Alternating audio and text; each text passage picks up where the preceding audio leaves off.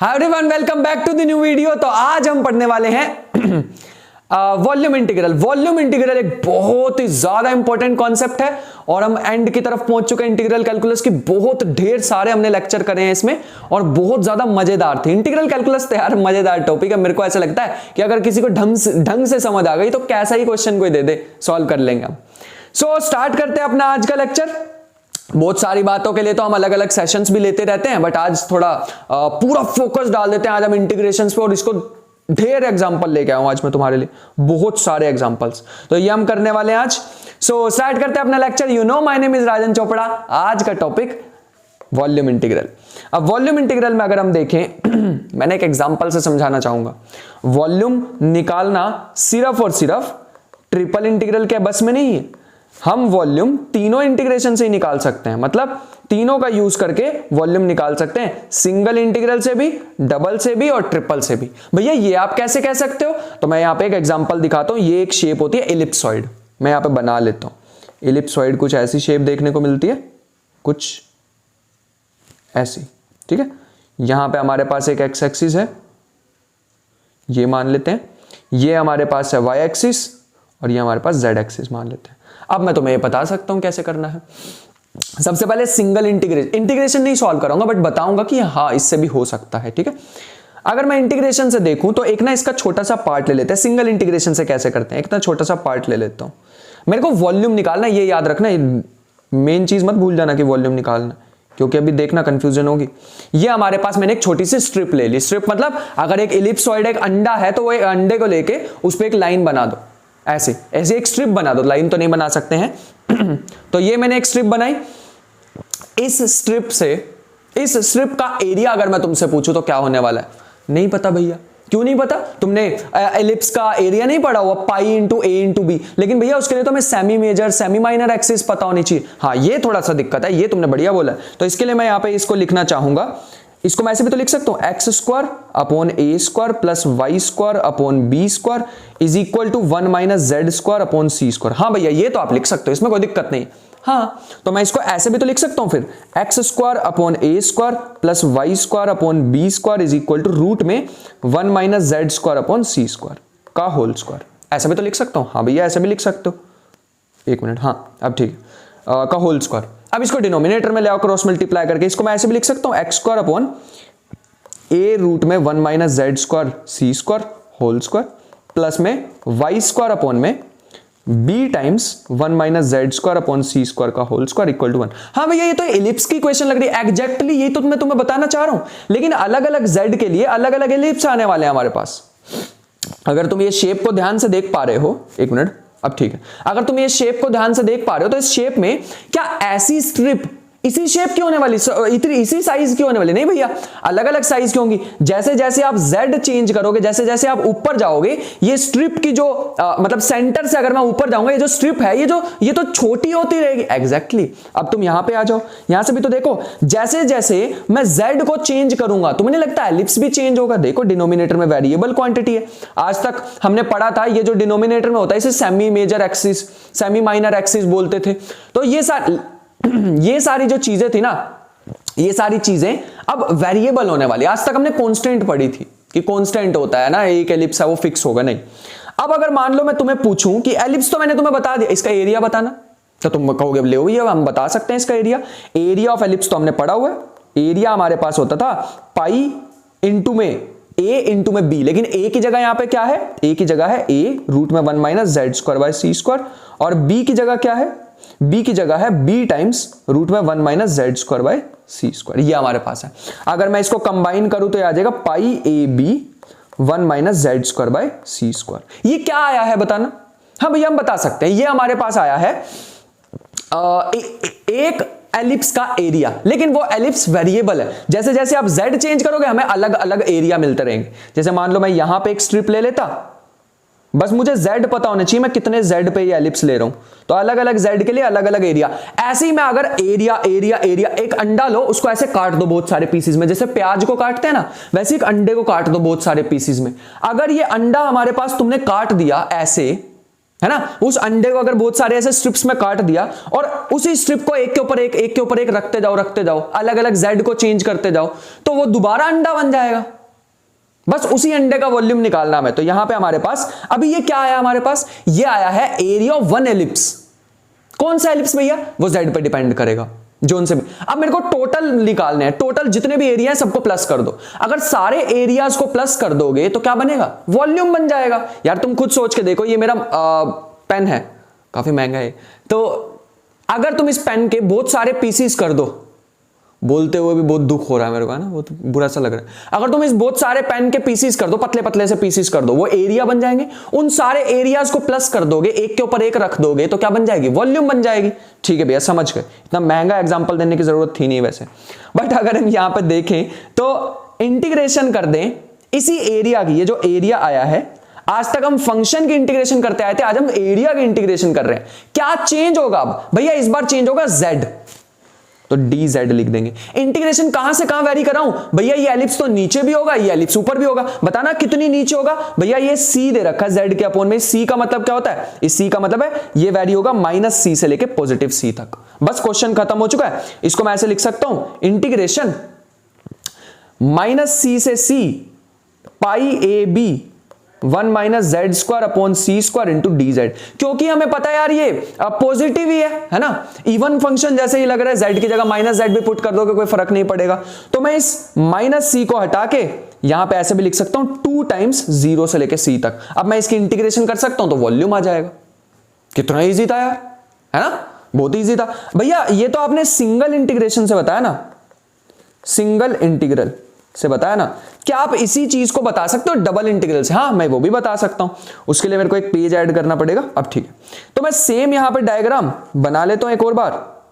यार ये समझना ना थोड़ा सा इंपॉर्टेंट है, वरना ग्राफ में दिक्कत आ जाएगी। वॉल्यूम इंटीग्रल रिलेटिवली थोड़े से मुश्किल होते हैं, मुझे ये बात बोलनी नहीं थी, क्योंकि आज हम मुश्किल को आसान तो बना के रहेंगे यार। देखना आज मजा आएगा बहुत ज्यादा।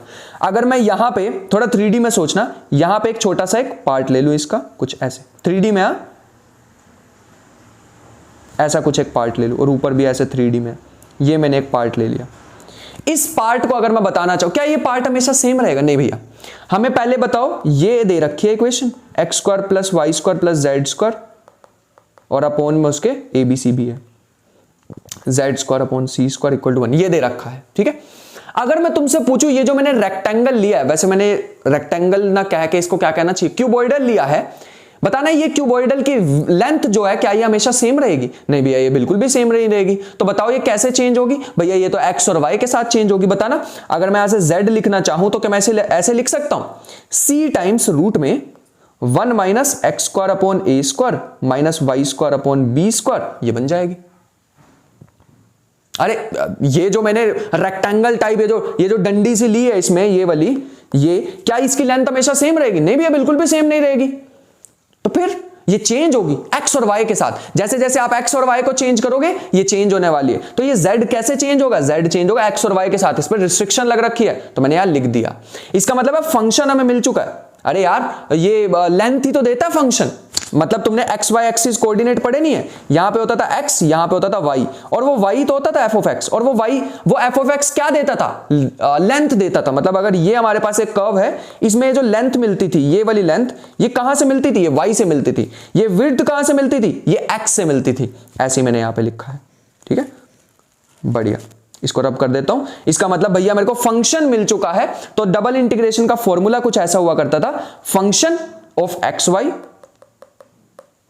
इंटू में dx इंटू में dy। बेटा पूरी बुक बन जाएगी। ये देखना, मैं तुम्हें एक चीज दिखाता हूं, ये देखो, ये हमारा कवर पेज रहने वाला है फर्स्ट। मतलब मेरे लिए तो यार पूरी एक प्रॉपर बुक होने वाली है। जो भी इसे पढ़ लेगा इंटीग्रल कैलकुलस उसका बिल्कुल निपटा लेगा। इंटीग्रल कैलकुलस में अगर तुम देखो तो यहां पे देखो, सिंगल इंटीग्रल ऐसे लिखते हैं, डबल इंटीग्रल ऐसे लिखते हैं, ट्रिपल इंटीग्रल कुछ ऐसे लिखते हैं। समझ आई ना? फिर ठीक है। तो मैं ये दिखाना चाहता कि डबल इंटीग्रेशन में वो f(x, y) के साथ क्या आता है? dx dy। आगे चलते हैं, हाँ यहां पे थे हम। ये हमारे पास पहुंच चुका है, तो हमारे पास इंटीग्रेशन अभी कुछ ऐसी बन रही है, c टाइम्स रूट में 1 माइनस एक्स स्क्वायर अपॉन ए square minus Y square upon B square. मैं जस्ट तुम्हें इतना काम क्यों करके दिखा रहा हूं, मैं इसलिए करके दिखा रहा हूं कि तुम्हें पता लगे कि ट्रिपल इंटीग्रल एक्चुअल में यूज क्यों हुई। चीजें बहुत मुश्किल है यार, इंटीग्रेशन सॉल्व करके दिखाना फिर बताएंगे, ये करना इंटीग्रेशन सॉल्व जो पिछले वाले टॉपिक में आई थी, बहुत मुश्किल है। अभी इसमें देखना कैसी सी आएगी। अब इसमें लिमिट्स रह गई भैया, x और y कैसे कैसे चेंज हो रहे हैं। अगर मैं अब z को छोड़ दूं थोड़ी देर के लिए, z को छोड़ दूं तो इक्वेशन कुछ ऐसे बन रही है, x square upon A square Y square upon B square equal to 1। यहां से अगर मैं y देखूं तो कैसे आएगा, y भी चेंज हो रहा है इस बार। y कैसे चेंज हो रहा है, b टाइम्स रूट में 1 माइनस एक्स स्क्वायर अपॉन ए स्क्वायर, ऐसे चेंज हो रहा है भैया y, और बाहर प्लस माइनस भी आएगा, ठीक है, प्लस माइनस। अब ठीक है, तो हमारे पास कहां से कहां तक वैरी हो रहा है भैया, ये वैरी हो रहा है माइनस के 1 माइनस एक्स स्क्वायर अपॉन ए स्क्वायर से लेके, बाहर b भी है,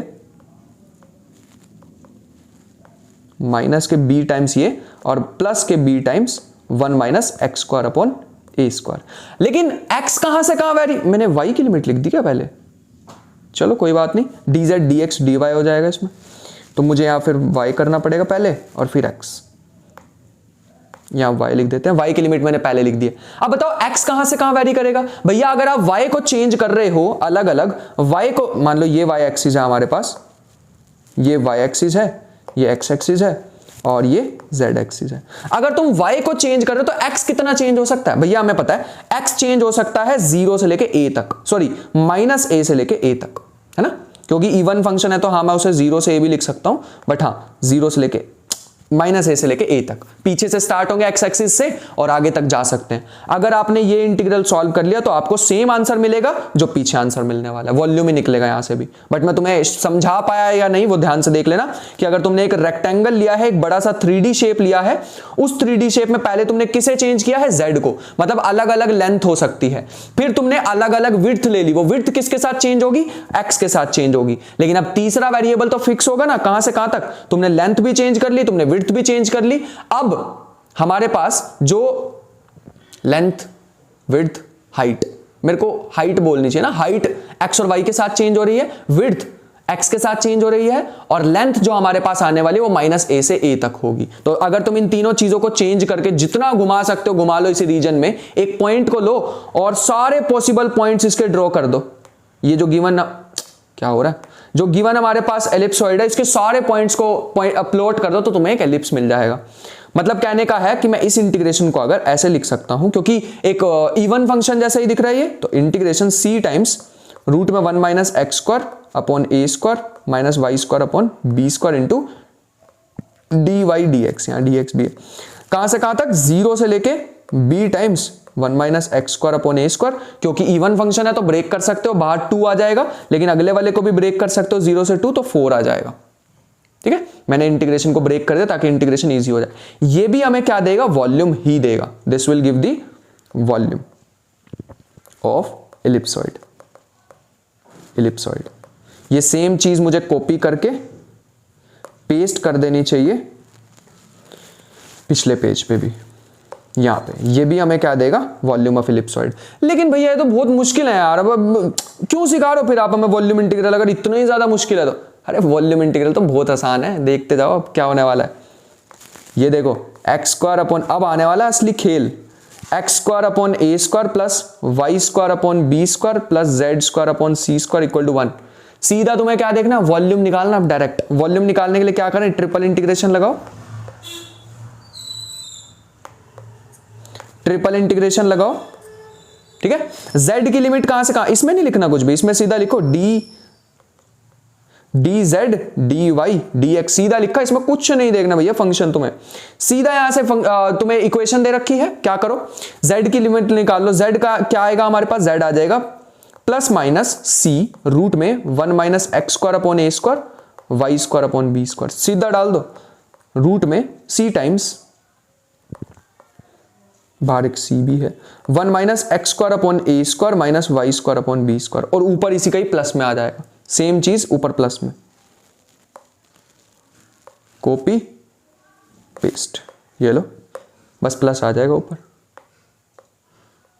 अब y की लिमिट निकालनी है। y की लिमिट में z को 0 पुट कर दो तो y हमारे पास आ जाएगा प्लस माइनस b रूट में 1 माइनस एक्स स्क्वायर अपॉन ए स्क्वायर, तो ये आ जाएगा माइनस के b 1 minus x square upon ए स्क्वायर और ऊपर आएगा प्लस में b रूट में 1 माइनस एक्स स्क्वायर अपॉन ए स्क्वायर। लास्ट हमारे पास आ जाएगा माइनस a से a तक, क्योंकि तुम्हें दिख रहा है ये इवन ही फंक्शन है, मतलब कोई फंक्शन तो है ही नहीं, तो इस लिमिट को ब्रेक करके तुम 2 to 2 भी लिख सकते हो, है ना। मतलब कहने का है इसको तुम ऐसे भी लिख सकते हो,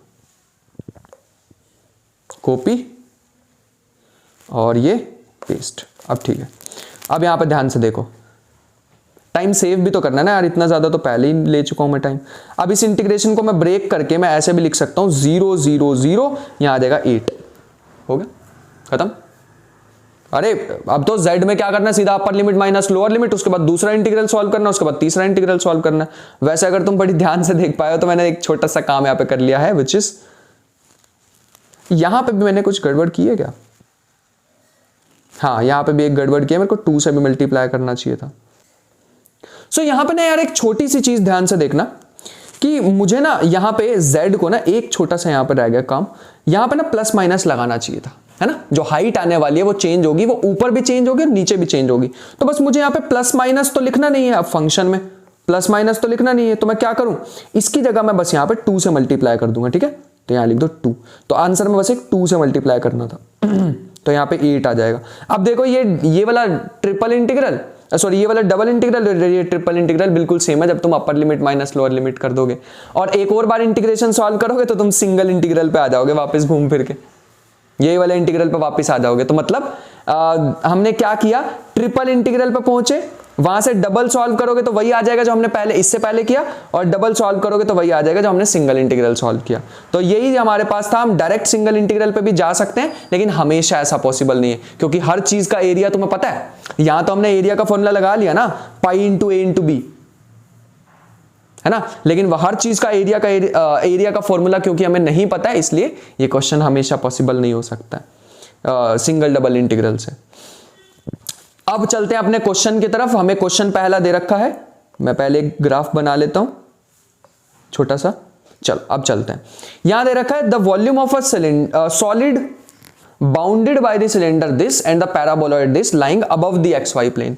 तो पैराबोलॉइड क्या होता है, बस तुम पैराबोला को पकड़ के अगर घुमा दो तो एक पैराबोलॉइड बन जाता है, कुछ ऐसा दिखने में होता है, ठीक है, एक बाल्टी जैसा, एक कप जैसा। अगर तुम सिलेंडर की बात करो तो सिलेंडर अगर ऊपर ऊपर ही बनाना है, अगर मेरे पास इतने सारे कलर हैं तो मैं यूज भी तो कर सकता हूं, है ना। ये हमारे पास आ गया है। अब अगर मैं इसमें ध्यान से देखूं, तुम्हें दिखाना चाहूं, तो हमारे पास जो इंटरसेक्टिंग रीजन हमारे पास आएगा वो कुछ ये आने वाला है। थोड़ा सा इसे छोटा करते हैं, ये हमारे पास इंटरसेक्टिंग रीजन आने वाला है, ये सारा। अभी देखने में गंदा सा लग रहा होगा, अभी सही कर देते हैं इसे। ये देखो, ये रीजन हमारे पास साइड साइड में आने वाला है। मतलब इंटरसेक्शन किस किस चीज का, एक पैराबोलॉइड का, मतलब एक कप को लो और एक उसके कवर में, कप किस कवर में आता है, ऐसे ही एक कवर में तो आता है, इसके बीच में कप डाल के दिया होता है, अगर गिफ्ट मिला हो बचपन में तो मिला ही होगा वैसे। चलो ये हमारे पास आ गया, तो ये चीज हमारे पास, ये वॉल्यूम निकालना है जो साइड साइड में है, थोड़ा सा वॉल्यूम। अब ये थोड़ा हो या ज्यादा हो वो तो हमें कोई लेना देना नहीं है, बट हमें पहले यहाँ पे ये चीज देख लो, दोनों की कर्व ऑफ इंटरसेक्शन क्या होगी। भैया हमें वैसे तो सोच के भी पता लग रहा है, अगर हम एक कप को एक सिलेंडर के बीच में डाल दे तो curve of intersection circle type के आएंगे, है ना, दोनों में सर्कल ही तो बनेंगे। अरे यार थोड़ा 3D में सोचना पड़ेगा। अगर तुम इसे ऊपर से देखोगे ना, ऐसे लगने वाली है ये शेप। अगर तुम ऊपर से देखोगे ऐसी शेप लगेगी, जिसमें ऐसे छोटे छोटे होते जा रहे हैं, सर्कल छोटे होते जा रहे हैं, ऐसी शेप लगेगी तुम्हें एक्चुअल में देखने में, है ना। एक ऐसे बहुत सारे कंसेंट्रिक से सर्कल दिखने वाले हैं तुम्हें। तो यही हमारे पास वॉल्यूम हमें निकालना है, ठीक है। कैसे निकालें अब देखो, कर्व ऑफ इंटरसेक्शन सबसे पहला काम होता है इसमें निकालना, कर्व ऑफ इंटरसेक्शन। लेकिन मैथमेटिकली कैसे निकालते हैं, तो देखो दो कर्व्स दे रखे हैं, यहां पे z की वैल्यू है x minus y, x square plus Y square, यहां पे है x square plus Y square equal to 1। दोनों को कंबाइन करोगे तो हमारे पास मिलेगा, एक तो z की वैल्यू हमें मिल रही है 1, ठीक है, ठीक बढ़िया। तो मतलब ये मिलने कहां पे वाले हैं, हमारे पास कहां तक वॉल्यूम लेना है, z इक्वल टू 1 तक लेना है। तो ये हमारे पास फाइनल होने वाला है, z इक्वल टू 1 तक। बात समझ में आ गई, ठीक है। अब हमारे पास क्या करना है, ट्रिपल इंटीग्रल लगाया। सबसे पहले हमारे पास क्या आता है, dz dy dx। सबसे पहले z को ही निपटा लेते हैं, बाकी काम तो बाद में ही करेंगे। बढ़िया। तो अगर मैं z की लिमिट देखूं तो कहां से कहां तक वेरी हो रही है, z भैया आपने कहा था कि ना सिर्फ पॉजिटिव पॉजिटिव, अब एक्स वाई प्लेन वाला ही लेना है, एक्स वाई के नीचे नहीं जाना। अगर ये एक्स एक्सिस है, ये वाई एक्सिस है, तो एक्स वाई एक्सिस के नीचे नहीं जाना है। अगर तुम नीचे नहीं जाना चाहते हो तो z की लिमिट वेरी होगी 0 से लेके x square plus Y square तक, अकॉर्डिंग टू गिवन क्वेश्चन, है ना। कहां तक वेरी हो रहा है, x square plus Y square तक, पैराबोलॉइड तक। क्योंकि अगर तुम ऐसे लाइंस को ड्रॉ करने वाले हो, याद करो ये मैंने चीज तुम्हें पहले ही सिखाई है, अगर तुम ऐसे करोगे तो पहले क्या चीज आएगी, पहले आएगी भैया x इक्वल टू 0 वाली line, sorry z equal to 0 वाली लाइन। अगर तुम ये एक्सिस पे देखोगे z इक्वल टू 0 वाली लाइन आएगी। ऊपर जाते जाते किसे टच करोगे तुम, ऊपर जाते जाते भैया हम टच करेंगे पैराबोलॉइड को, सिलेंडर को नहीं, पैराबोलॉइड को टच करेंगे भैया हम। ये चीज अगर तुम्हें नहीं समझ आ रही ना, मैंने 2D में ऑलरेडी बहुत अच्छे से एक्सप्लेन कर रखी है, ऐसे लाइंस कैसे ड्रॉ करते हैं, उससे पता कैसे चलता है। तो पहले अगर तुम ऐसे लाइन एक ड्रॉ करोगे, पहले आएगी ये x z इक्वल टू 0 वाली लाइन, और फिर आएगा हमारे पास टच करते हुए ऊपर पैराबोलॉइड। तो इसलिए मैंने कहां से कहां लिमिट रखी है, 0 से लेके x square plus Y square तक, ठीक है। बढ़िया। अभी y और z की लिमिट नहीं रख रहा हूं मैं, ठीक है, सॉरी y और x की लिमिट नहीं रख रहा हूं अभी मैं, इसको dx कर लेते हैं। अभी y और x की नहीं रख रहा हूं, रीजन बताऊंगा क्यों। ये हमारे पास आ जाएगा double integration X square plus Y square, upper limit minus lower limit ही करेंगे, क्योंकि ना तो हमारे पास कोई z है ही नहीं, तो इंटीग्रेशन करेंगे किसकी, सिंपल अपर माइनस लोअर लिमिट। अब ये हमारे पास इंटीग्रेशन आ गया, इसे सॉल्व करना है। कैसे करें भैया, इसे डायरेक्ट सॉल्व नहीं करेंगे, हमें पता है कि इसकी कर्व ऑफ इंटरसेक्शन क्या है, एक सर्कल है, तो एक सर्कल ड्रॉ कर लो। ये हमारे पास एक सर्कल आ गया, ठीक है। अब भैया सर्कल जब भी आ जाए और x square plus Y square आ जाए, आपने लास्ट में चेंज ऑफ वेरिएबल बताया था, ऑलवेज यूज पोलर कोऑर्डिनेट्स। तो पोलर कोऑर्डिनेट्स में क्या था, dx dy को हम लिखते हैं r dr d theta, r Jacobian होता है स्मॉल r, सारी चीजें ऑलरेडी बता चुका हूं, और x square plus Y square को भैया हम लिखते हैं r स्क्वायर। और लिमिट क्या क्या होती है, r कहां से कहां वेरी करेगा, कितनी रेडियस का सर्कल है, 1, देख लो गिवन क्वेश्चन में, x square plus Y square equal to 1 type का। कर्व ऑफ इंटरसेक्शन भी हमारे पास यही आ रही थी, यहां तक तो कोई दिक्कत नहीं है। उसके बाद ये हमारे पास मतलब दोनों जो टच करेंगे ना, ऐसे ऐसे करके पैराबोलॉइड है और इधर सिलेंडर है, दोनों जो टच करेंगे ऐसे हर डायरेक्शन में टच करके देखो पैराबोलॉइड को, तो वो एक सर्कल में ही टच करेंगे दोनों, जो सिलेंडर का टॉप पार्ट होगा उस पर टच करेंगे, तो कर्व ऑफ इंटरसेक्शन सर्कल आएगी। आर वेरी कर रहा है 0 से लेके 1 तक, और थीटा कहां से कहां पूरे सर्कल में वेरी करेगा, 0 से 2 पाई तक। तो ये हमारे पास आ जाएगा, नेक्स्ट लाइन में लिख लेते हैं, हाँ, तो ये हमारे पास आ जाएगा 0 से लेके 1 तक r square r d theta, और थीटा वेरी करेगा 0 से लेके 2 पाई तक। इसको थोड़ा सॉल्व कर लेते हैं, 0 से 2 पाई, डी थीटा अलग कर देते हैं क्योंकि थीटा वाला पार्ट ही नहीं है, और दूसरा इंटीग्रेशन अलग कर देते हैं, आर क्यूब डी आर। पहला आ जाएगा 2 pi, upper limit minus lower limit, और आर क्यूब की इंटीग्रेशन होती है R 4/4, upper limit minus lower limit 1/4 which is पाई/2। This is the final answer. ये हमारे पास वॉल्यूम आ रहा है इतना सा, ये वॉल्यूम आएगा हमारे पास पाई/2 टाइप का। मेरे ख्याल से यहां तक कोई भी इशू नहीं होना चाहिए, क्योंकि इजी सा क्वेश्चन था। वीडियो हाँ थोड़ी बड़ी हो सकती है, बट चीजें सारी सिखा के जाएंगे। The volume and of the region bounded by planes this and this, और एक ये प्लेन दे रखा हमें, तो कुछ ऐसा दे रखा है, शायद ये प्लेन तुमने पहले भी पढ़ा हो, ऐसा कुछ होता है, ठीक है, ऐसा कुछ दे रखा है। ये z एक्सिस मान लेते हैं, ये y एक्सिस मान लेते हैं, ये x एक्सिस मान लेते हैं। जब भी हमारे पास एक लीनियर सा फंक्शन दे रखा हो, मतलब समझ जाओ क्वेश्चन वो इजी बनाना चाह रहे हैं, ठीक है। मैं इस पर थोड़ा शेड कर देता हूं, ऐसा कुछ दे रहा है, 3D में है, याद रखना, हाँ बढ़िया। अब हमारे पास क्या करें, ट्रिपल इंटीग्रल लिखो। फंक्शन तो हमारे पास कुछ है नहीं, तो ऐसे लिख लो dz dy dx।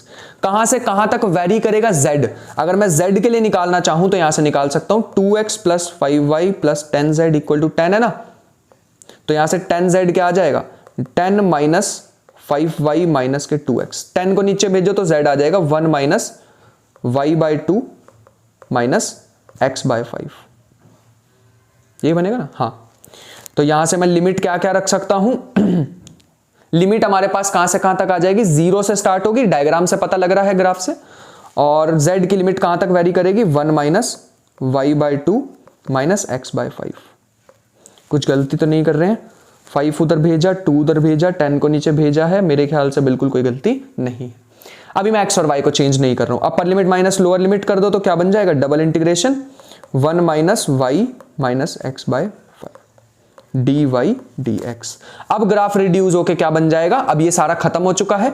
अब मुझे देखना एक्स और वाई प्लेन में क्या होगा। अब जेड वाला जो पार्ट था ना, ऐसे वाला जो पार्ट तुम्हें दिखाई दे रहा है, ये वाला जो पार्ट तुम्हें दिखाई दे रहा है ना, इसको हमने ले लिया।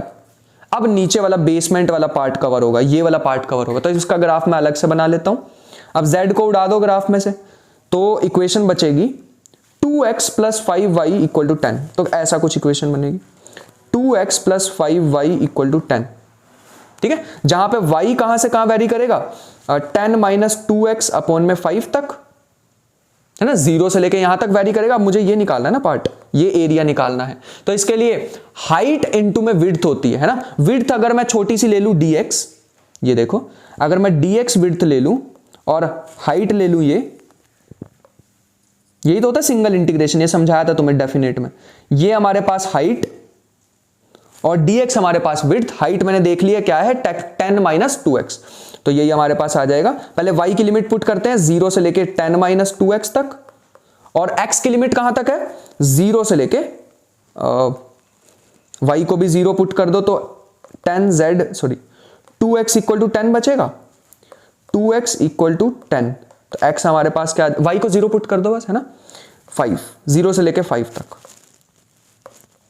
ठीक है, ये हमारे पास आ जाएगा 0 से लेके 5 तक। 1 minus y by 2 minus x by 2, x by 5। बाकी सिंपल सी इंटीग्रेशन है, वैसे हम कर सकते हैं, लेकिन इस क्वेश्चन में मैं सॉल्व करके दिखाता हूं। ये बचेगा 0 से लेके 5 तक, 1 माइनस वाई स्क्वायर बाय 4, क्योंकि y के रिस्पेक्ट में ही कर रहे हैं, माइनस के एक्स वाई अपॉन में 5, 0 से लेके 10 माइनस 2x बाय 5। ठीक है, बस अब तो लिमिट ही डालनी है। तो ये बचेगा 0 से लेके 5 तक, dx भी है साथ में। ये बचेगा 1 माइनस 1 बाय 4 अलग निकाल दो और वाई स्क्वायर की जगह डाल दो 10 माइनस 2x अपॉन में 5 होल स्क्वायर, माइनस के x बाय 5 बाहर निकाल दो, 10 माइनस के 2x अपॉन में 5 अलग निकाल दो, इनटू में dx। अगर तुम ध्यान से देखो, सिंपल सी इंटीग्रेशन है, बस हमें जो भी चीज है इसे ओपन करके इंटीग्रेशन करनी है, x के रिस्पेक्ट में खत्म हो गया। समझ आया ना? ये तो बिल्कुल इंटीग्रेशन है, सिंपल सी, इसे हम कर सकते हैं, क्योंकि सिंगल इंटीग्रेशन सिखाई ही इसलिए थी ताकि मैं तुम्हें यहां पे भी छोड़ दूं तो चीजें क्लियर हो जाएं। ठीक है, तो ये हमारे पास थोड़ा सा पार्ट है, इसे सॉल्व करेंगे। मैं टाइम सेव करना चाहूंगा, वरना लेक्चर बहुत बहुत बहुत बड़ा हो जाएगा, क्वेश्चन अपने पे हैं बहुत सारे। ये हमारे पास नेक्स्ट है, volume of the small part of the sphere and when cut off by the plane z equal to 1/2। तो पहले मैं एक स्फीयर बना लेता हूं। अब ठीक है, तो ये हमारे पास एक स्फीयर बनने जा रहा है। हाँ, अब ठीक है, ये ऊपर z एक्सिस है, ये x एक्सिस है, ये y एक्सिस है। अब ठीक है, ठीक है, ये आ गया हमारे पास। और इन्होंने कहा एक प्लेन है z, ये तो 1 रेडियस का है ना, तो इसका टॉप क्या होने वाला है? इसका टॉप हमारे पास ये जो पार्ट होगा ये 1 होगा, z इक्वल टू 1 है। हमें z इक्वल टू हाफ देखना है, तो यहां कहीं आ जाएगा। तो मैं इसको अगर 3D में बनाना चाहूं तो कुछ ऐसा प्लेन होगा, ऐसा कुछ प्लेन होगा। अगर मैं इसका वॉल्यूम तुम्हें दिखाना चाहूं तो वॉल्यूम कुछ ऐसा दिखने वाला है।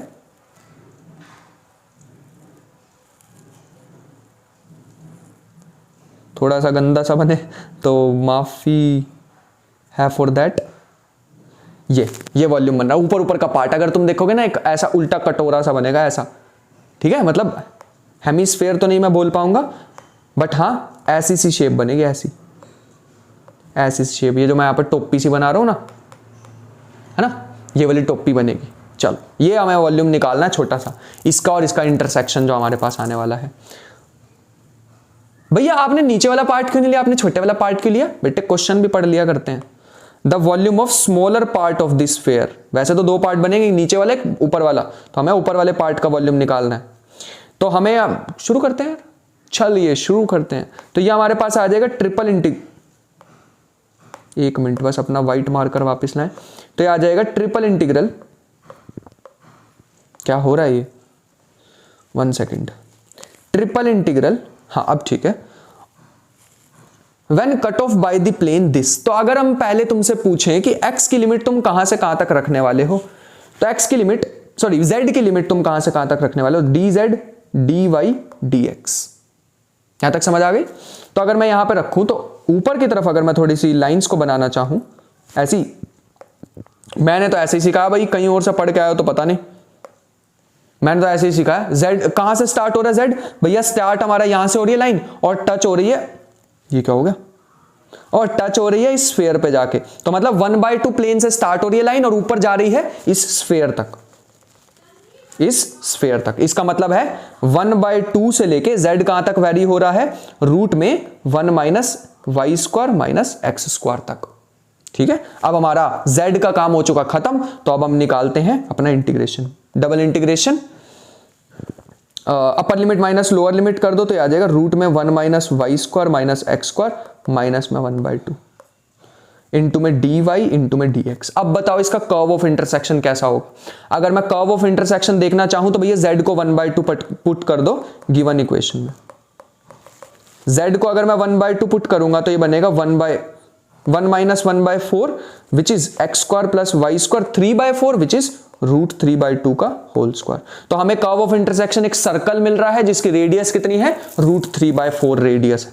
तो मतलब ये जो तुम्हें शेप दिख रही है ना, यहाँ पे एक सर्कल ऐसे आएगा, जो कि मैं सर्कल 3D में दिखा नहीं पाऊंगा, बट हाँ इसमें एक सर्कल आएगा, ऐसे प्लेन है ना ये ग्रीन वाला, इस ग्रीन प्लेन पे यहाँ पे एक सर्कल आएगा, दोनों का इंटरसेक्शन।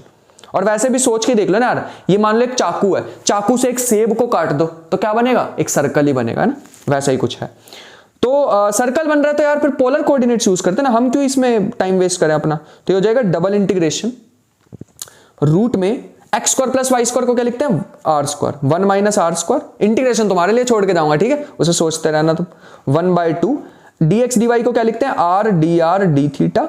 आर कहां से कहां वेरी करोगे, 0 से लेके रूट 3/2 तक, और थीटा कहां से कहां वेरी करोगे, 0 से लेके 2 पाई तक। कैसे करना है भैया इस इंटीग्रेशन को सॉल्व, पहले तो इसका अंदर मल्टीप्लाई कर लेना, ये बन जाएगा 0 से 2 पाई, 0 से रूट 3/2 रूट आर, रूट में 1 माइनस आर स्क्वायर माइनस के r/2 है ना, d r d theta. R square को टी पुट कर देना तो हमारे पास आंसर आ जाएगा, है ना। आर स्क्वायर को अगर तुम टी पुट कर दोगे तो बाहर उसका डेरिवेटिव पहले ही पड़ा हुआ है, तो हो जाएगा सॉल्व। आंसर तुम बताओगे यार, आंसर बताना है तुम्हारा काम, इंटीग्रेशन तुम सॉल्व करोगे। सारे आंसर मेरे को जानने हैं, ये पीडीएफ ही तुम्हें शेयर कर दूंगा, इस पे आंसर लिखते रहना ताकि तुम्हारा रिवाइज भी हो जाए। चलो आगे चलते हैं। नेक्स्ट हमारे पास बन रहा है find the finite volume enclosed by the paraboloid this and this. दो पैराबोलॉइड्स हमें दे रखे हैं, तो एक पैराबोलॉइड तो हमें दे रखा है कुछ ऐसा, ऐसा पैराबोलॉइड, ठीक है, और दूसरा पैराबोलॉइड हमें दे रखा है जो कि 2 minus x square minus Y square type का है। तो यहां पे 2 मान लेते हैं तो कुछ उल्टा पैराबोलॉइड आएगा,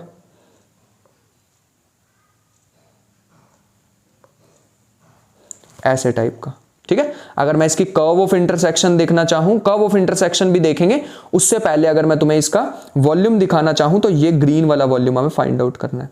अगर मैं कर्व ऑफ इंटरसेक्शन दिखाना चाहूं, अगर तुम इसको टॉप से देखोगे ना, ऐसा सर्कल तुम्हें दिखाई देगा, नहीं भी हम नहीं विश्वास करेंगे आप पे, सर्कल कैसे हो सकता है, तो बड़ी अजीब सी शेप लग रही है, डमरू जैसी। नहीं डमरू तो हाँ वैसे डमरू जैसी लग रही है ना, सही में यार। लेकिन अगर तुम इसका कर्व ऑफ इंटरसेक्शन देखोगे तो इसका कर्व ऑफ इंटरसेक्शन मैं तुम्हें यहां पर दिखा सकता हूं, z माइनस 2 माइनस, अगर मैं इसका कर्व ऑफ इंटरसेक्शन देखूं तो z की जगह पुट कर दो x square plus Y square equal to 2 minus x square minus Y square. X square plus Y square को इधर लाओगे तो x square plus Y square equal to 1। भैया ये तो सर्कल दिख रहा है, और कितनी वॉइस ऑफ एस्टोनिशिंग बात है, मतलब कितनी ब्यूटीफुल बात है ना, कि मतलब ये कैसी शेप आ गई ना, डमरू जैसी शेप, कमाल है यार, बढ़िया रहे तुम वॉल्यूम इंटीग्रल, ऐसे रैंडमली आ गया क्वेश्चन। तो ये आ जाएगा हमारे पास double integration, sorry triple integration, dz dx sorry dy dx। अब क्या करें बताओ, अब क्या किया जाए, कहां से कहां तक वैरी होगा, तो भैया इस पे लगानी शुरू करो आप लाइन, घबराओ मत, हम आपके साथ हैं। बेटा अभी तो तुम ही कर लो क्वेश्चन, हमारे साथ तो हम हैं, हम खुद हैं। यहां पर देखो z कहां से कहां तक वैरी करेगा। अगर मैंने भैया एक लाइन लगाई तो पहले मैं टच होऊंगा ये वाले पैराबोला पे, फिर ये वाले पैराबोला पे टच होऊंगा, तो इसका मतलब पहले ऊपर वाला पैराबोला आएगा which is x square plus Y square, फिर कौन सा पैराबोलॉइड आएगा 2 minus x square minus Y square. ये सारी चीजें यार मैं ऑलरेडी सिखा चुका हूं, तो अब तो कर सकते हो ना यार, बेसिक क्लियर है तो भैया कुछ कर सकते हैं हम। तो अब हमारे पास यहाँ पे अगर upper limit minus lower limit करोगे तो हमारे पास आएगा 2 minus x square minus Y square, lower limit डालोगे तो माइनस के x square minus Y square d Y D x. अगर यहाँ पे तुम देखोगे 2 कॉमन आ जाएगा, बचेगा 1 minus x square minus Y square. तुम्हें पता है क्या करना है, मैं क्या सोच रहा हूं, समझ गए ना? बढ़िया, पोलर कोऑर्डिनेट्स बिना किसी को बताए। X equal to x square plus Y square equal to 1 का मतलब होता है सर्कल की इक्वेशन। रेडियस दे रखी 0 से 1 तक, थीटा दे रखा है 0 से 2 पाई तक, 1 माइनस के r square r d theta. 1 minus r square को टी पुट करो, आंसर आ चुका है। 1 माइनस आर स्क्वायर को अगर मैं टी पुट करूंगा तो 2r d r equal to minus के डी टी, खत्म हो गया क्वेश्चन। आर डी आर को लिख देना ना माइनस के डी टी बाई 2, तो ये आ जाएगा माइनस के 1/2, बाहर भी एक 2 पड़ा था 0 से लेके 2 पाई तक, टी डी टी, और लिमिट कहां से कहां वेरी होंगी, 0 डालेंगे तो आ जाएगा 1, और अगर मैं 1 डालूंगा तो आ जाएगा 0, 1 से लेके 0 तक इंटू में डी थीटा। अपर लिमिट माइनस लोअर लिमिट करोगे तो मेरे ख्याल से आंसर आ रहा है माइनस के 1। इसको सॉल्व कर लेना, मैं डायरेक्ट कर देता हूं। Upper limit minus lower limit, मेरे ख्याल से आंसर आएगा 2 पाई। चेक कर लेना, मेरे ख्याल से आंसर 2 पाई आ रहा है। 2 से 2 कटेगा और टी की आ जाएगी, सॉरी टी की आ जाएगी टी स्क्वायर बाई 2, पाई आना चाहिए आंसर।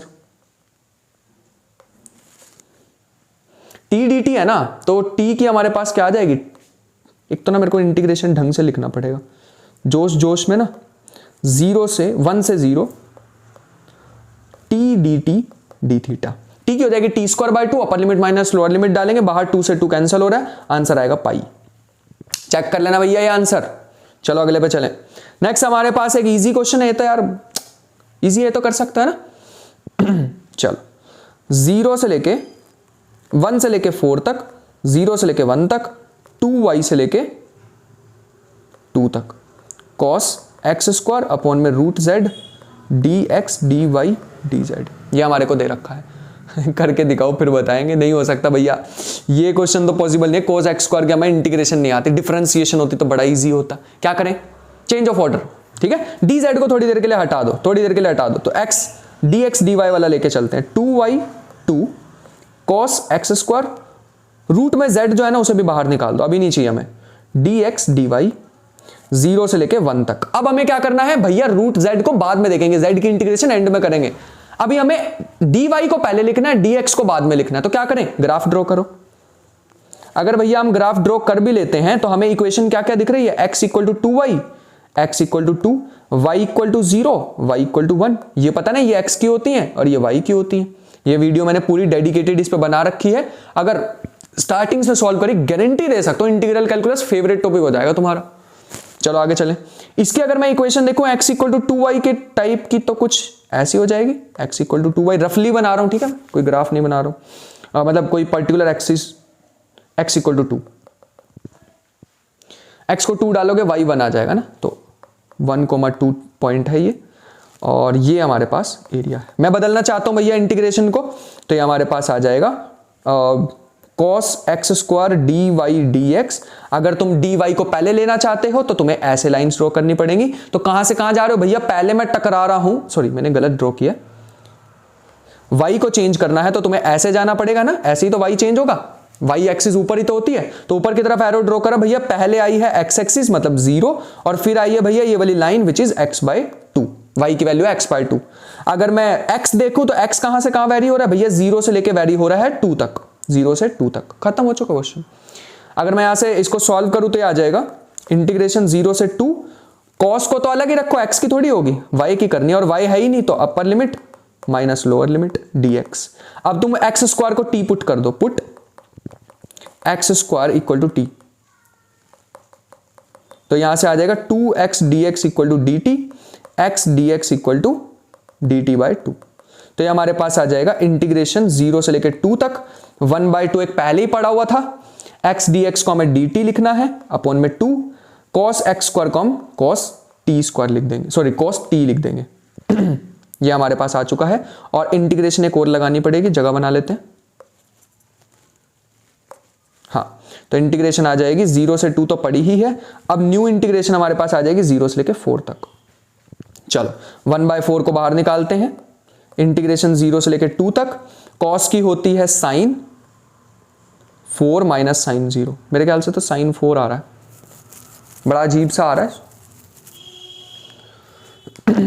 1/4 बाहर निकल, जो भी है मतलब यही है ना। अब अगर मैं अपर लिमिट माइनस लोअर लिमिट करूंगा तो हमारे पास क्या बचेगा, टी के कुछ गड़बड़ कर रहे हैं क्या हम, वाई आना चाहिए था यार, यहाँ पे ना डी वाई भी पड़ा हुआ है, बेचारे को हम भूल ही गए। डी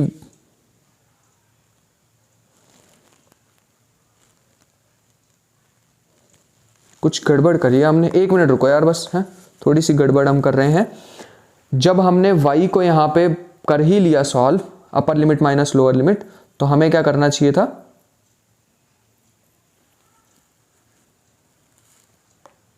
एक मिनट दो बस, मैंने थोड़ी गड़बड़ कर दी है। इसको सॉल्व करते हैं, बन जाएगा 0 से लेके 4 cos t, बाहर आएगा 1/4 cos t dt, 1/4 को निकाला बाहर, cos की होती है साइन, तो upper limit minus lower limit, मेरे ख्याल से 1/4 sin 4 आ रहा है। अभी हमारे पास एक वो z बेचारा जो अकेला बैठा होता है उसको वापस लेके आते हैं 1 से लेके 4 तक, इसकी लिमिट को तो बाहर ही निकाल दो और अंदर बचेगा 1/√z dz। अगर तुम √z की करोगे तो √z ऊपर आ जाएगा, नीचे आएगा 1/2, तो मेरे ख्याल से बचेगा 1/2 sin 4 अपर लिमिट माइनस लोअर लिमिट, तो मेरे ख्याल से आंसर sin 4 ही आ रहा है, बाकी चेक कर लेना यार एक बार, ठीक है। मेरे ख्याल से आंसर sin 4 आ रहा है। आगे चलें, चलो चलते हैं अपने नेक्स्ट क्वेश्चन की तरफ। यहां पे हमारे पास find the volume of the region in the first octant bounded by the surface these. तो इसमें तो ज्यादा ग्राफ बना नहीं पाएंगे यार, थोड़ा डिफिकल्ट हो जाएगा 3D में बनाना, लेकिन मैं अगर z की लिमिट यहां पे पुट कर दूं 0 से x स्क्वायर जो कि दे रखी है और लिख दूं dz dy dx, तब थोड़ा सा आसान हो जाएगा क्वेश्चन, क्योंकि एक वेरिएबल रिड्यूस हो जाएगा, x square upper limit dy dz dx, ठीक है। अब मैं इसका रीजन बना के देखना चाहूंगा कि इनकी लिमिट क्या आएगी। तो x और y का तो हम बना ही सकते हैं, y हमें दे रखा है 2 माइनस के x स्क्वायर, तो 2 माइनस एक्स स्क्वायर मतलब अगर मैं x को 0 पुट करूंगा तो y 2 आएगा, और ऐसा ग्राफ मेरे ख्याल से बनने वाला है, ठीक है। और एक दे रखा y इक्वल टू एक्स, तो y इक्वल टू एक्स ऐसा होगा, और इन्होंने कहा है फर्स्ट ऑक्टेंट, तो मेरे ख्याल से ये आएगा रीजन। अगर तुम z वगैरह को कंबाइन करके देखने वाले हो तो मेरे पास ये रीजन आ जाएगा जी, ठीक है। x इक्वल टू 0 वाली लाइन भी तो इन्होंने कह रखी है ना यार, मैं ये वाला रीजन भी ले सकता था, लेकिन इन्होंने बोला है x इक्वल टू 0 वाली लाइन भी इंक्लूड करनी है, जो कि ये है, ठीक है। तो ये हमारे पास है। अगर मैं यहाँ पे पहले किसको वैरी करना चाहता हूँ, y को कर लेते हैं, वैसे तो यहाँ पे इतना मुश्किल इंटीग्रेशन है भी नहीं, पहले y को वैरी करेंगे, और मैं अगर ऐसे एक लाइन ड्रॉ कर दूं तो पहले मेरी लाइन टच हो रही है स्ट्रेट लाइन पे, फिर इस पैराबोला पे, तो पहले मैं यहाँ पे लिखना चाहूंगा स्ट्रेट लाइन की लिमिट। स्ट्रेट लाइन हमारे पास क्या दे रखी है, y इक्वल टू एक्स, तो यहां से अगर मैं y की लिमिट लिखूं तो क्या आ जाएगी, x से लेके पैराबोला क्या दे रखा है 2 माइनस एक्स स्क्वायर तक, और x कहां से कहां तक वैरी होगा, इनका पॉइंट ऑफ इंटरसेक्शन क्या आ जाएगा, पॉइंट ऑफ इंटरसेक्शन निकालें y इक्वल टू एक्स और y equal to 2 minus x square का, तो हमारे पास आ जाएगा, निकालना ही पड़ेगा, x square minus sorry x square plus x minus 2 equal to 0, x हमारे पास आ जाएगा minus b plus minus b square minus 4ac upon में 2a, मेरे ख्याल से यही आएगा।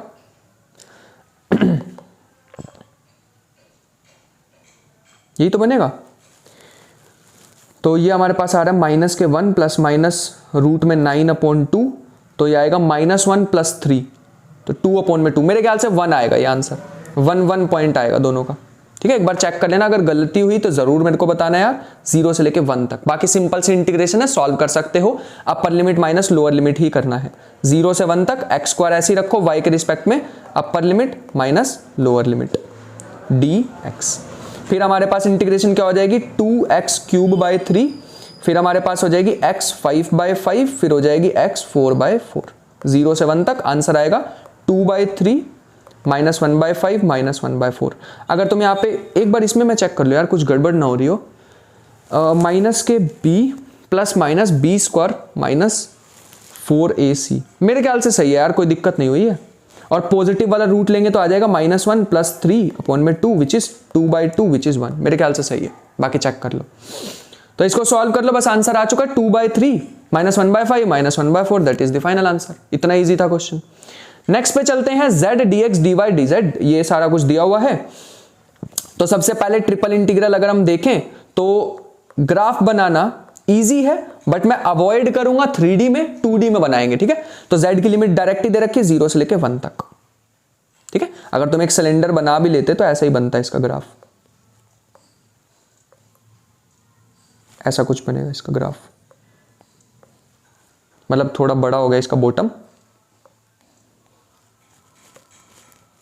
ये बनेगा और 1 तक है। इन्होंने कहा है z 0 से लेके z 1 तक है, ठीक है। 0 से लेके 1 तक अगर हमने डाला, अपर लिमिट माइनस लोअर लिमिट नहीं करेंगे। कुछ गड़बड़ है क्या यहां पे? नहीं। तो हम यहां पे अपर लिमिट माइनस लोअर लिमिट ना करके सबसे पहले हम क्या करेंगे, z की आ जाएगी z²/2 dx dy को ऐसे ही रहने दो। यहां आ जाएगा double integration, upper limit minus lower limit तो 1/2 -0, ये आ गया dx dy। बस अब हमें पोलर कोऑर्डिनेट्स यूज करने हैं, क्योंकि हमें दिख रहा है कि एक सिलेंडर x² + y² टाइप का है। रेडियस हमें 1 दे रखी है, तो 0 से लेके 1 तक, 0 से लेके 2π तक, 1/2 को निकाला बाहर, r dr dθ। खत्म हो चुका क्वेश्चन। r²/2 का मतलब होता है 1/2 एक और बाहर आ जाएगा और 2π साथ में आ जाएगा। मेरे ख्याल से आंसर आ रहा है π/2। एक बार अपना चेक कर लेना। बहुत इजी क्वेश्चन है यार, है ना। अब तो इजी लग रहे होंगे, सिंपल से। आगे चलते हैं। Find the volume of the solid whose base is xy plane and that is bounded by the parabola and the line these and the top of the solid is bounded by this plane। Directly कूदोगे तो फंस जाओगे। तो इसका मतलब जब भी हमारे पास भैया हमेशा डायग्राम बनाना भी जरूरी नहीं है। मैं लास्ट के 3 क्वेश्चन इसलिए लेके आया हूं। तो इन्होंने कहा xy प्लेन पे पड़ा हुआ है। xy प्लेन पे पड़ा मतलब z0 से लेके zx + 2 तक है। बाकी लिख दो dx dy। अभी dx dy के बारे में कोई बात नहीं करेंगे। अपर लिमिट माइनस लोअर लिमिट ये बन रहा है। अब चलते हैं अपने ग्राफ की तरफ। तो इन्होंने कहा है 2 - x² से लेके ऐसा ही बनेगा, है ना। और साथ में कहा है y = x तक। मैंने अभी इंटरसेक्शन पॉइंट निकाला था इसका 1 1, है ना। चलो बस ये हमारे पास आ गया। और x = 0 तो यही लाइन है। तो मैंने लग रहा सेम ही क्वेश्चन है जो अभी हमने पीछे किया था, बिल्कुल डिट्टो ही सेम आ गया है। फिर एक ऐसी लाइन बना दो। तो पहले मैं लाइन से टकरा रहा हूं, और मैं फिर किससे टकरा रहा हूं, y में इजी हो जाएगा ना। अगर तुम x में चेंज करोगे तो थोड़ी दिक्कत हो जाएगी, क्योंकि यहां पे अलग है, यहां पे अलग है, तो तुम्हें 2 पार्ट में डिवाइड करना पड़ेगा। मैं फिर से अपने वर्ड्स को रिपीट करता हूं, 1 मिनट रुको। हाँ 1 मिनट यार, क्या हो रहा है ये। अब ठीक है। अगर मैं यहां पे x में वेरी करता तो x में ऊपर पैराबोला अलग आता और नीचे स्ट्रेट लाइन अलग आती। तो मेरे को 2 पार्ट में इसको इंटीग्रेशन को तोड़ना पड़ता, जो कि बिल्कुल अच्छी बात नहीं है। फालतू इतना बड़ा करना क्वेश्चन को। तो इसलिए y वाली लिमिट अच्छी है। y में सीधा क्या करोगे, लाइन से पैराबोला पे टकरा रहे हो, तो y x से लेके लिमिट क्या है, y = x से लेके, और पैराबोला हमारे पास है 2 - x² तक। और अगर हम देखें x एक्सिस कहां से कहां वेरी हो रही है, तो 0 से लेके 1 तक, x + 2 dx dy। क्योंकि ये मैं पहले इंटीग्रेशन करा चुका हूं तो अब अवॉइड करूंगा। लास्ट हमारे पास यहां पे क्वेश्चन आ रहा है, इजी क्वेश्चन। इंटीग्रेशन की मैं लिमिट दे के छोड़ देता हूं तुम्हें। Find the volume of the region bounded by the planes this this and this. तो 0 से लेके कहां तक वेरी हो रहा है, ये वही क्वेश्चन है जो अभी आते ही स्टार्टिंग में कराया था ना आज, ऐसे वाला क्वेश्चन। वही क्वेश्चन सेम ही डिट्टो यहां पे है। तो इसकी हमारे पास लिमिट एक बार फिर भी मैं लिख देता हूं। ये आएगी 12 - 4y - 6x/3 dz। फिर dy की लिखनी है तो 0 से लेके z को 0 पुट कर दो, तो y हमारे पास आ जाएगा 12 - 6x, ये आएगा 12 - 6x/3, 3 नहीं 4, और लास्ट हमारे पास आएगा 0 से लेके, और अब y को भी 0 पुट कर दो। अगर y को भी 0 पुट करेंगे तो हमारे पास आ जाएगा x 2 तक। तो ये हमारे पास आ जाएगा dz dy dx, सीधा अपर limit minus lower limit, question खत्म। और ये हमारे पास था डबल इंटीग्रल। क्या था इसमें, सॉरी ये था हमारे पास वॉल्यूम इंटीग्रल। क्या था इसमें वॉल्यूम इंटीग्रल में, कुछ भी नहीं था, इजी टॉपिक था इतना। आई होप कि हमने बहुत सारा मजा किया हो, और मजा आ गया यार मेरे को तो करा के। आई होप कि तुम्हें भी आया हो। जान निकाल दिया आज हमने वॉल्यूम इंटीग्रल की। देखो कहां से स्टार्ट किया और कहां पे बिल्कुल निपटा रहे हैं। सारे ग्राफ भी मेरे ख्याल से ड्रॉ करने आ गए होंगे आज तुम्हें। अब ग्राफ में कोई दिक्कत नहीं आएगी। मैंने हर वैरायटी का क्वेश्चन छेड़ लिया, हर वैरायटी का क्वेश्चन। सो आई होप कि आज का तुम्हें लेक्चर पसंद आया हो। मिलते हैं नेक्स्ट लेक्चर में, तब तक के लिए अपना ख्याल रखना। फीडबैक कमेंट बॉक्स में जरूर शेयर किया करो। अगर कोई यहां पर दिक्कत लग रही है तो मैं उसको सुधारने की कोशिश करूंगा। मिलते हैं नेक्स्ट लेक्चर में, तब तक के लिए अपना ख्याल रखना। पढ़ाई करते रहना, मेहनत इतनी ढेर सारी करते रहना।